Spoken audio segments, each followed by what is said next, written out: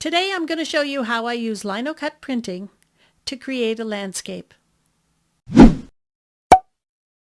I'm using a 6x6 square of the Easy Cut green lino.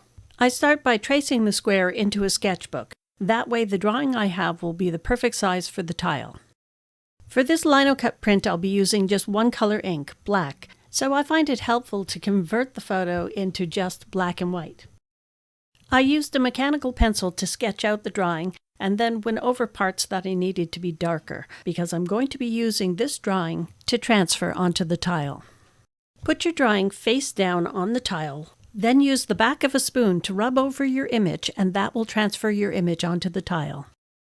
When you look at it, you'll see that your drawing has flipped. Don't worry about that because when you print it, it will revert back to the original drawing.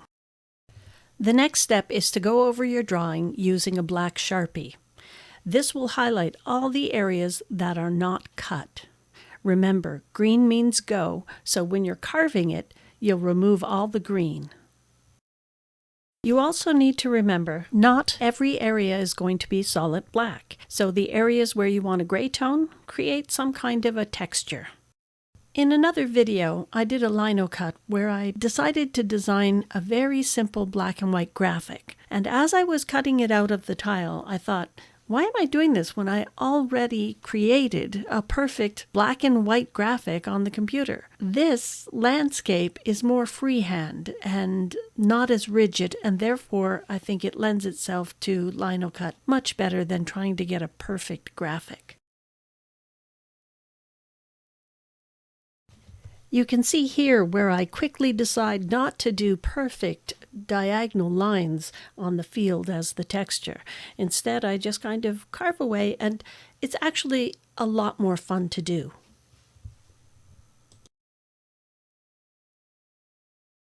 I decide to make my cuts much more organic and free-flowing. When trying to create a texture in a unified area, I think it's very important to keep your lines all going in the same sort of direction. Sometimes it works best to outline the area that you're carving and then fill it in. There are a lot of lino cutting tools available. You can get them from Speedball and other companies. But I happen to have this set of carvers that I got from Lee Valley Tools, and they're called the Japanese Carvers Set. It comes with two sizes of gouges, a big and a small one, a V-groove parting tool, and a straight and a skew chisel. Mostly I use the V-tool and the two gouges, and they just are wonderful for carving these tiles. When starting a new area, I always remind myself, green means go. Carve away the green.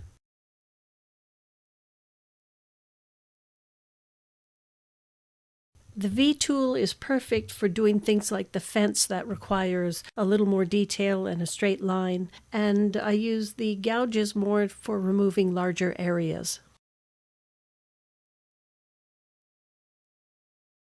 I need the black to highlight the fence, but I still need to add a texture, so I use the small gouge and just take off little chips and create a texture that way. These tiles are flexible, so when you have to remove a large amount of the tile in the inking process, it's going to bend in and you're going to get marks where you don't want them. So for the sky, I need to set off the background with the trees. So I'm removing quite a bit of the actual tile. But above it, what I do is I just create wavy lines to give the illusion of clouds and sky. And that way, hopefully, the tile won't bend in and put marks where I don't want them. When you have to remove a lot of the tile, the tricky part is not to cut through the tile. You want to get that area as smooth as possible without compromising the structure of the tile. When inking, you want to roll your brayer through the ink in different directions. You're trying to smooth out the amount of ink. Make sure you have enough ink, but not too much. You don't want to fill in all the details of your tile. And then roll it in different directions onto the tile. Being careful not to leave fingerprints where the ink is. You want to carefully pick up the tile and then place it on the paper. Then you want to use a clean brayer to roll the back of the tile. You want to change directions using a firm pressure and make sure you get to the edges of the tile so you get the entire print.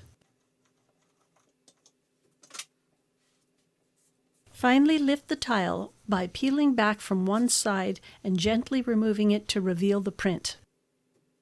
And here's the final print. You can support my channel by subscribing so YouTube will share my videos with more people. If you enjoyed this video, please give it a thumbs up. And if you ring that bell, you'll be notified every time I post a video. Thank you for watching.